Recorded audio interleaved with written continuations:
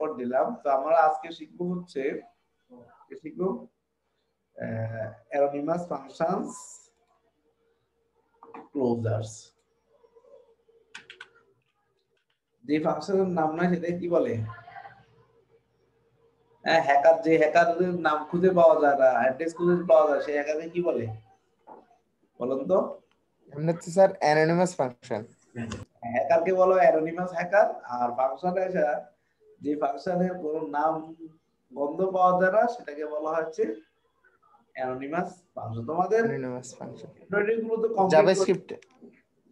বলে, তোমাদের অ্যান্ড্রয়েড গুলো তো কমপ্লিট করে বললো, শুধু তোমার ওয়েবের গুলো সব ফাঁকিবাজি করলো আর কি। জি স্যার, ওগুলো স্যার বুঝতেছি না ওরা আসলে কি চায়।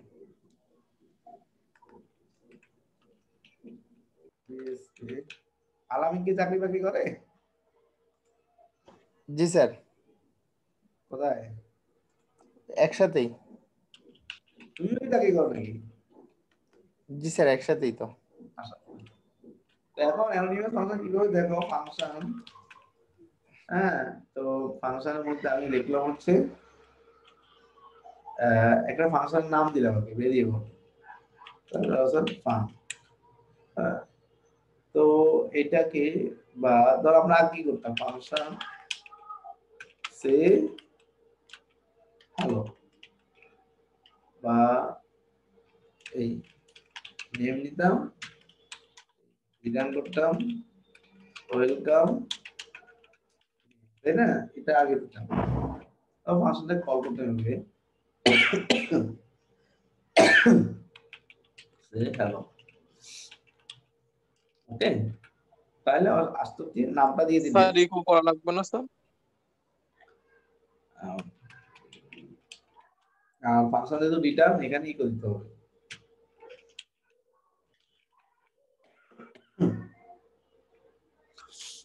তো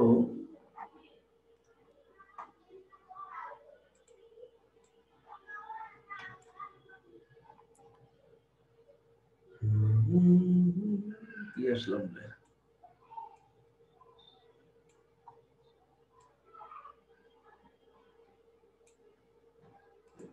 তাহলে কি হলো, লোকাল হোস্ট Z46 23 কোথায় আসছে অ্যানিমাস। তাহলে এই যে ওয়েলকাম কলার, আমরা এটা আগে দিতে হবে। তারপরে এটা যদি অ্যানোনিমাস দিয়ে কল করতে চাই তাহলে কিভাবে কল করব? আমার হলো গেটিং ফাংশন, একটা ভেরিয়েবল দিলাম নেম, কাম কাম,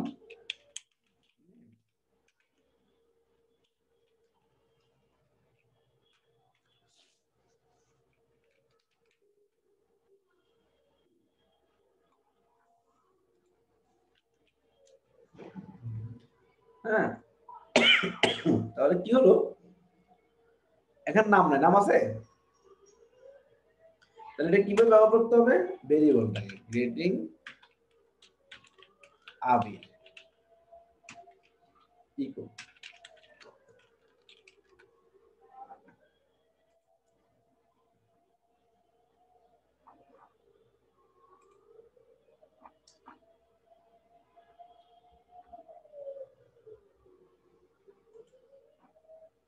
তাহলে কি হবে? তার আউটপুট কি আসবে বলেন তো? ওয়েলকাম আবির। কারণ এখন সুবিধা হলো আমাকে ওয়েলকাম আবির, তাহলে এটা ফাংশন নাম নাই বলে এটাকে অ্যাডমিন ফাংশন দেখান। এটা সুবিধাটা কি আসলে? এটা সুবিধাটা হচ্ছে, ধরেন আপনি এর মধ্যে কোনো চাইলে ফাংশন লিখতে পারেন না, হ্যাঁ, এর মধ্যে কোনো ফাংশন লেখা যায় না, তখন আপনি কি করতে পারেন? ধরুন লাকি ম্যান একটা ভেরিয়েবল নিলেন, হ্যাঁ, এবং সেখানে একটা অ্যারে দিলেন, ওকে। ফাংশন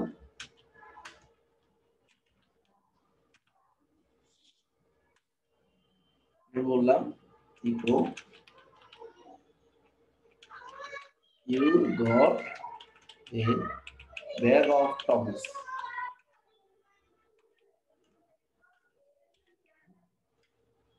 এটা একটা অ্যারে এলিমেন্ট আমার বললাম ফাংশন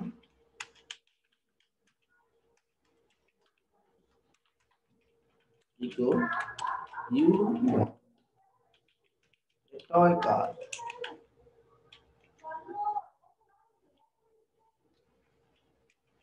Function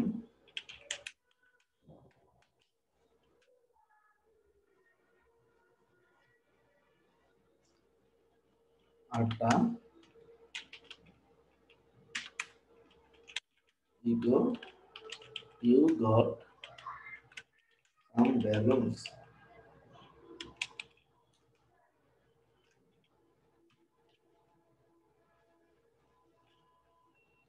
তাহলে দেখেন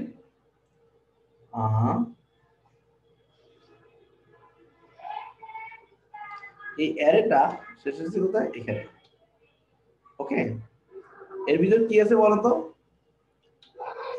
তিনটা ফাংশন আছে একটা ভ্যালু হিসেবে আছে যেটা আমরা সরাসরি অ্যারের ভিতরে কোনো ফাংশন ডিক্লেয়ার করতে পারতাম না কিন্তু অ্যানোনিমাস ফাংশন হওয়ার কারণে এটা আমি পারছি এই শুধু একটা স্টেটমেন্ট হিসেবে ব্যবহার হচ্ছে ধরুন এখন বলো চয়েস এগুলো হচ্ছে র্যান 0 থেকে 2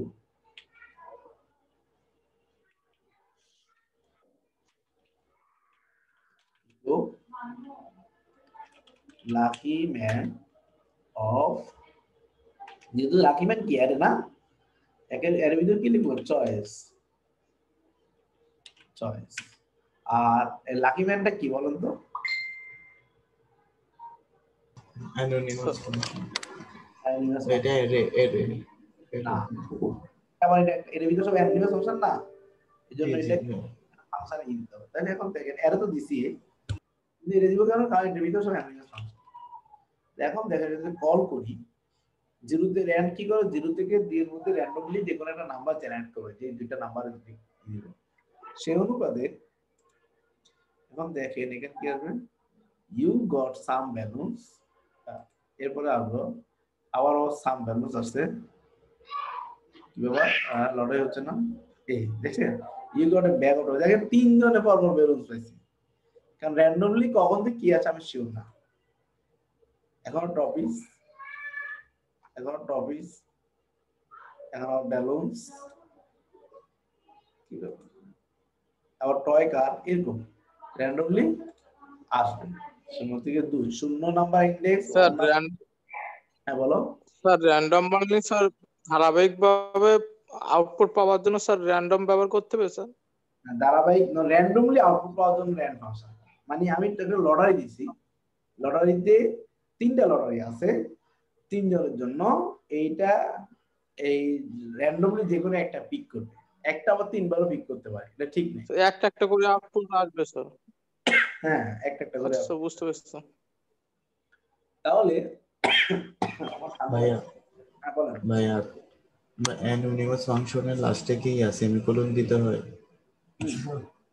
কারণ এটা তো ফাংশন না সেমিকোলনটা দিবে তুমি ভেরিয়েবলের এই ভেরিয়েবলে শুরু করছো না এটা স্টেটমেন্ট শুরু করছো সেমিকোলন দিয়ে তুমি অ্যানোনিমাস ফাংশনে সেমিকোলন দাও না অ্যানোনিমাস এই যে অ্যাজ ইট ইজ আছে আর এই কমাটা কেন এটা একটা অ্যারে ভ্যালু কমা এই জন্য দিছি ক্লিয়ার আশা করি ক্লিয়ার জি হলো জি জি ভাই আবার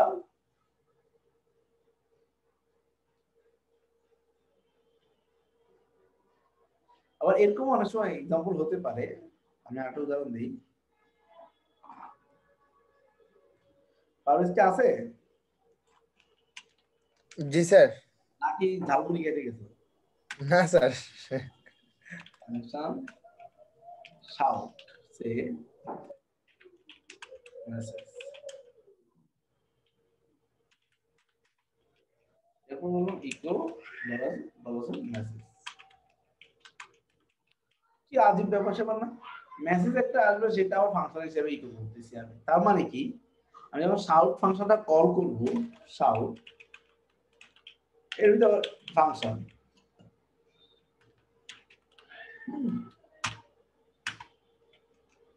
শেষ শর্ট ফর্মুলা। এর ভিতরে কি করবো? শর্ট ফাংশন, এরপর হচ্ছে বলে দিলাম হ্যালো ওয়ার্ল্ড।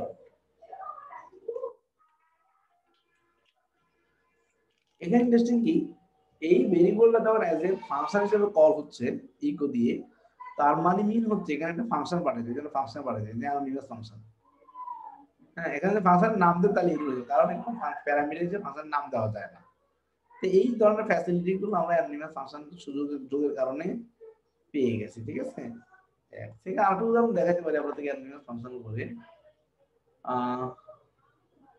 এই কল ব্যাক ফাংশন হিসেবে অনেক সময় ব্যবহৃত হয় বিল্ট ইন ফাংশন গুলোকে অ্যানোনিমাস ফাংশন হিসেবে ব্যবহার করার জন্য আমরা এটা অনেক সময় ব্যবহার করি। হ্যাঁ, তো যেমন কি হতে পারে,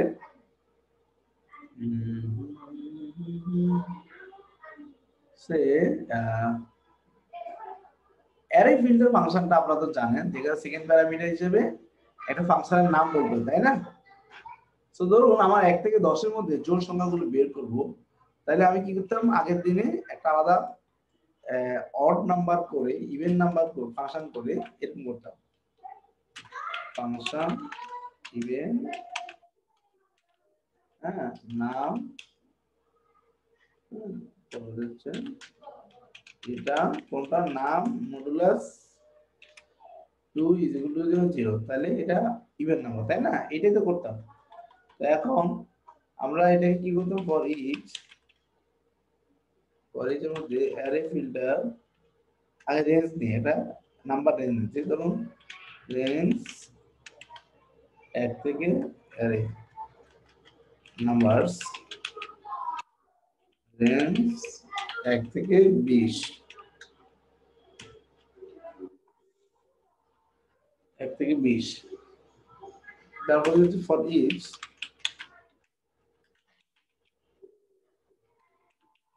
অ্যারে ফিল্টার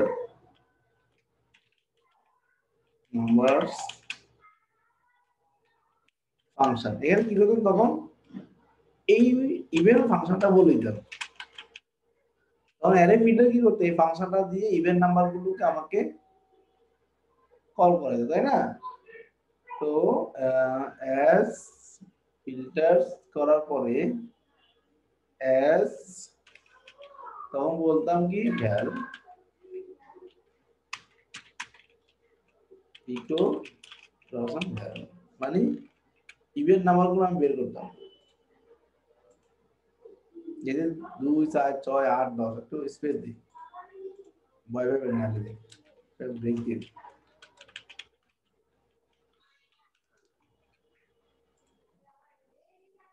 থেকে 20, তাই না?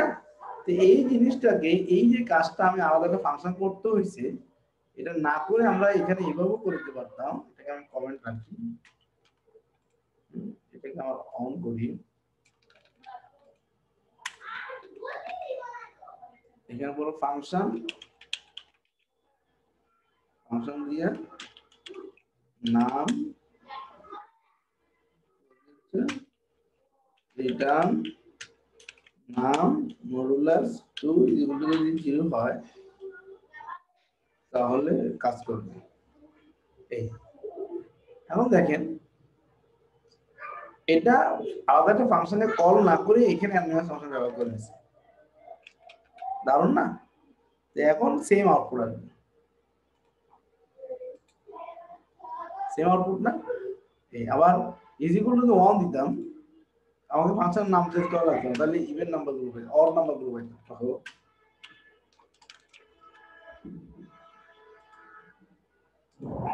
বাক্সে যদি 1 থাকে তাহলে সেগুলো অড নাম্বার। কে বুঝেন না হাত তোলেন।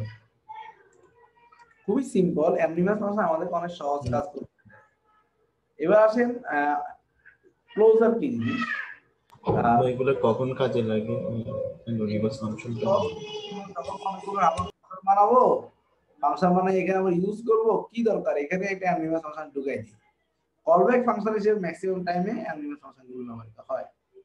আচ্ছা, ক্লোজার কি জিনিস, ফাংশনের অ্যানোনিমাস ফাংশনের বাইরে কোনো ভেরিয়েবলকে যদি ফাংশনের ভিতরে ব্যবহার করতে চান, সেটাকে বলা হচ্ছে ক্লোজার আর কি।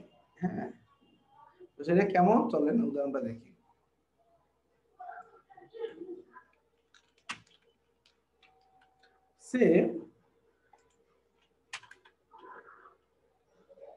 সে ইউজার ইজ ইকুয়াল টু হচ্ছে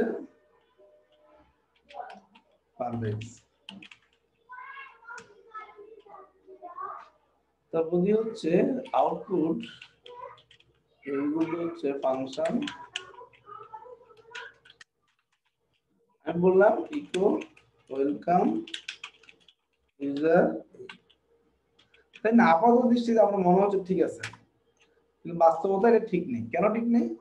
আপনি যদি আউটপুটকে ফাংশন হিসেবে কল করেন, যেহেতু ইউজারটা ফাংশনের বাইরে দিলে সে একটা থ্রো এরর করবে, আনডিফাইন্ড ইউজার, তাই না? তাহলে কি হতো সমাধান? সমাধান হচ্ছে এখানে বলতে হবে ইউজ ইউজার, তখন এই ইউজারটা ব্যবহার করার যোগ্য হবে, আর এটাকে বলা হয় ক্লোজার। ঠিক আছে, এখন কাজ করতেছে এই যে অলমোস্ট কিছুটা গ্লোবাল ভেরিয়েবলের মতো কাজ করে, কিন্তু এটা অ্যাকচুয়াল গ্লোবাল না, ইউজ দিয়ে আমরা ব্যবহার করি। ঠিক আছে, তো এভাবে আমরা আরেকটা কাজ, আরেকটা উদাহরণ দেখা দেন, আরো ক্লিয়ার হবেন।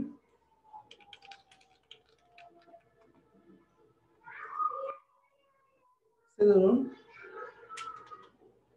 ফাংশনের নাম দিলাম নামতা,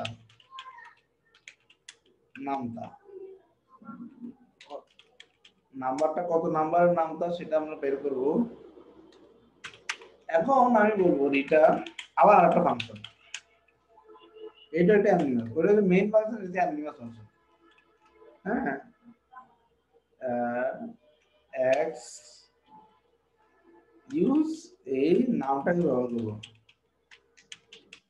কারণ ওটাকে তো গুণ করবো, আমাদের রিটার্ন নাম ইনটু দশের এক্স সেমিক্লোন হচ্ছে। দেখেন ফাংশন এই নামটা ইউজ দিয়ে ব্যবহার করছি এই অ্যানিমেস ফাংশনের ভিতরে। এখন প্রথমে বলবো $, কত নামটা হচ্ছে নামটা 5-এর নাম, ঠিক আছে। তো এখন কোনো আউটপুট আসবে না, কারণ এটা রিটার্ন হচ্ছে 8টা ফাংশন, সেই 5কে দিয়ে এখন এটাকে পাঠাবো ইকো নামটা 2, মানে কি 5 × 10 আসবে, তাই না? এবার ইকো নামটা 3, আপাতত এটা থামবে, তাহলে 2 এবং 3 এর 5 × 10 3 × 15 আসা উচিত,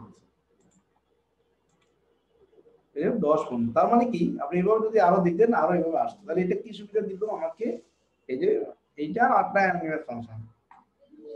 ঠিক আছে, আশা করি স্যার আরেকবার বললে মনে হয় একটু ভালো হতো। এই টোটাল ফাংশনই এটা। এই অ্যানোনিমাস তো বুঝছো, এখানে জি স্যার ওটা বুঝছি স্যার, লাস্টের ওটা। অ্যানোনিমাস ফাংশনের বাইরের যদি কোনো ভেরিয়েবল প্যারামিটার থাকে সেটাকে ব্যবহার করার জন্য ইউজ ব্যবহার করছে। ওকে, জি স্যার। ফাংশন রিটার্ন করছে নতুন, যখন আমরা নামটা 5 পাঠাচ্ছি তখন এটা এখানে যাচ্ছে 5, এটা ফিক্স। কিন্তু যখন জি নামটা স্যার। পাচ্ছি তখন এই রিটার্ন ভ্যালু এই এখানে না যায়, এটা এখানে যায় 2, আর ইউজ করতেছি 5, তাহলে 5 × 2 10, আবার 3 বাড়াচ্ছি 3 এখানে যাচ্ছে। জি স্যার বুঝতে পারছি। ক্লিয়ার? জি স্যার। তো এবার এভাবে আমরা এই অ্যানিমাসের সুবিধাগুলো ব্যবহার করতে পারি। নেক্সট টপিকে যাই, কি ছিল?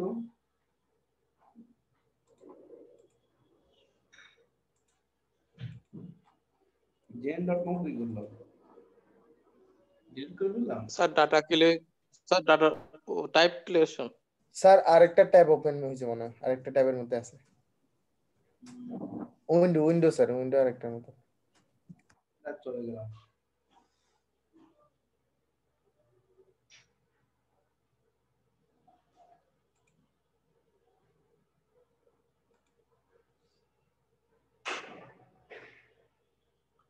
তাহলে অ্যানোনিমাস ফাংশন এন্ড ক্লোজার শেষ করে ফেললাম, আমরা কোপাইয়া শেষ করে ফেললাম।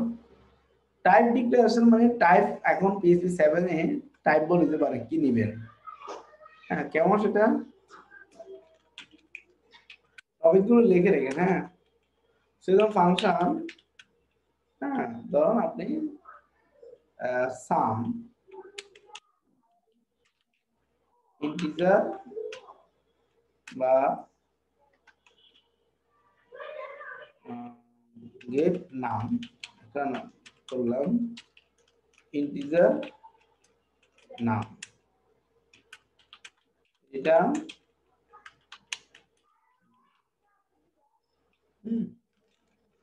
তো এখন এটা মানে কি, এটা মানে হচ্ছে আমার এখানে যেটা পাঠাবো সেটা ইন্টিজার পাঠাতে হবে। গেট নাম লিখে 5 পাঠাই, কোনো সমস্যা না, সে আমাকে 5 আউটপুট দিবে।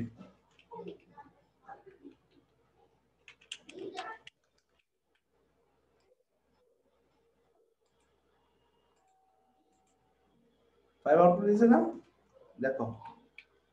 এরপরে হচ্ছে যদি 5.5 পাঠাইতাম,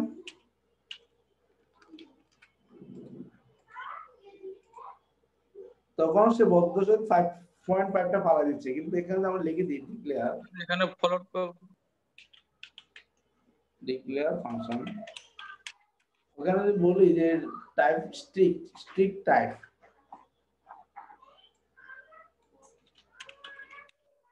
ডিক্লেয়ার স্ট্রিক্ট টাইপ একটা প্যারামিটার আছে, এটা যদি বলে দিই তখন এই যে উল্টা ইন্টিজারের পরিবর্তে ফ্লট পাঠাইছি, সে আমার একটা ঘুষি মেরে নাকটা ফাটাই দিবে। যদি এটা করতে পারিস ডিক্লেয়ার স্ট্রিক্ট টাইপ, স্যার একটা এরর ঘোষণা করবে, তাই তো স্যার? হ্যাঁ, ডিক্লেয়ার দিয়ে অনেক কিছু ডিক্লেয়ার করা যায়। স্ট্রিক্ট টাইপস ঠিক না,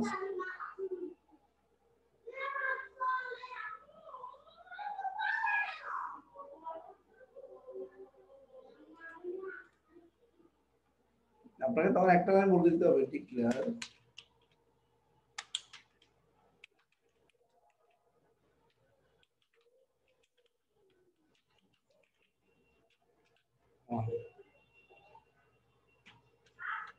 এই লাইন লিখতে হয়।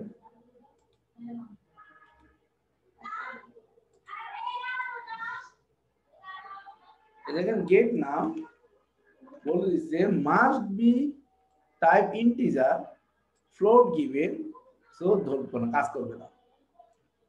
পাইছেন এটা? এই লাইনটা যদি বলে দেন তাহলে সে আসল সমস্যাটা বলে দিবে, ঠিক আছে কাজ করে না। 5.5 পাঠানোর পরে কেন 5 পাঠালো এই জন্য, তারপর সেটা বুঝতেও পারছি যে আসলে যদি ওই লাইনটা না দেখি দশমিকের পরে সব পালা দিকে মূল নাম্বারটা পাঠাবে, এটাকে বলা হয় টাইপ ডিক্লারেশন। আর এইটাই যেমন এখানে আমরা বলতে পারি অ্যারে, তো আমরা এখানে অ্যারে পাঠাতে হবে।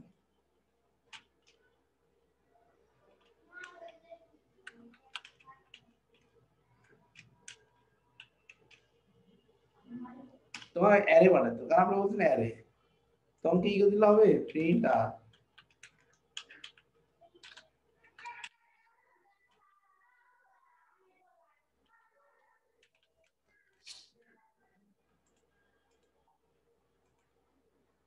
কি হলো অ্যারে আসতো, কিন্তু অ্যারে না পাঠায় যদি এখানে বলে দিই আবারও যে অন্য কিছু, হ্যাঁ অ্যারে না পাঠায় যদি বলি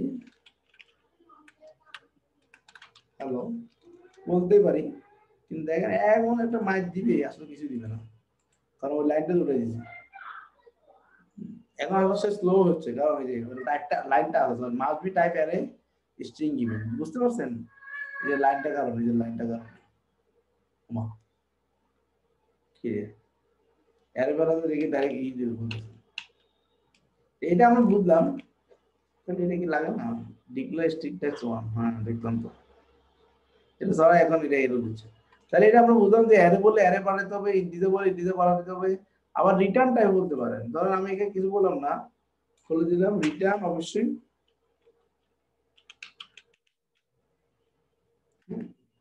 সরি ইন্টিজার বললাম যে ইন্টিজার পাঠাচ্ছে ভাই যাই আসুক।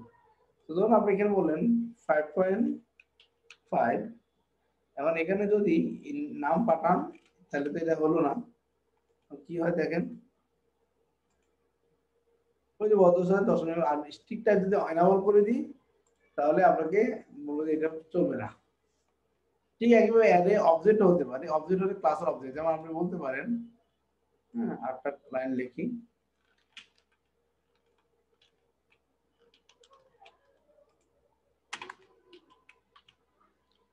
সে আমরা অ্যারে না অ্যারে না এ, মানে এ ক্লাসের একটা প্রপার্টি হতে হবে। তো এখন তাহলে আমরা কি করতে হবে, ক্লাস বানাতে হবে এ, হ্যাঁ পাবলিক নাম বা n হচ্ছে টেল। তো এখন গেট নামে বলতে পারবো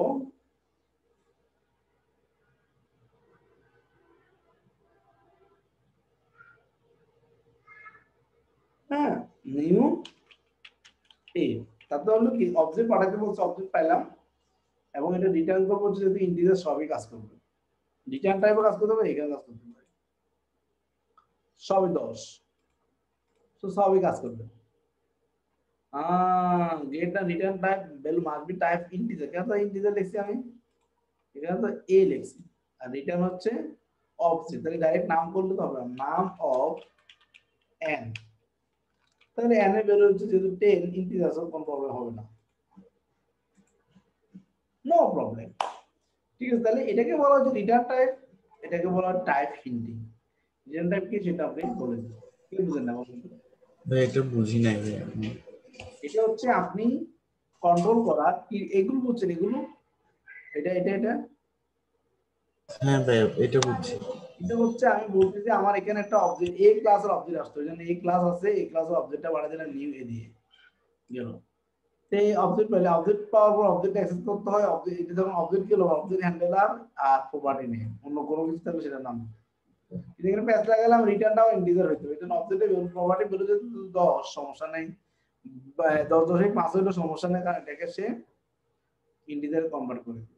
এই এর হচ্ছে টাইপ হিন্টিং এবং টাইপ ডিক্লারেশন বিষয়টা। ভাইয়া 79 লাইনে ভাইয়া নাম্বারটা কি, নাম্বার ভেরিয়েবলটা কি করতেছে, অবজেক্টটা ধরতেছে? যে কোনো নাম দিতে পারো x y z, এই ক্লাসে একটা অবজেক্ট আসবে এখানে। আচ্ছা বুঝছি। তাহলে এটা আমাদের গেল, হয়ে গেল টাইপ ডিক্লারেশন হয়ে গেল না। আজকে আর নতুন টপিক দেবো না, খিদে লাগছে। তাহলে সবাইকে ধন্যবাদ, আমরা নেক্সট ক্লাসে দারুণ একটা জিনিস শিখে হলো এই যে ওই 3 নাম্বারটা শুরু করবো, কারণ ফরম্যাট কোন এক এক ভ্যানিশ করে ফেলি, এগুলো দারুণ ফিচার, এগুলো মিস করবে না। ওকে জি স্যার। আল্লাহ হাফেজ। স্যার আসসালামু আলাইকুম। টপিকগুলো এখন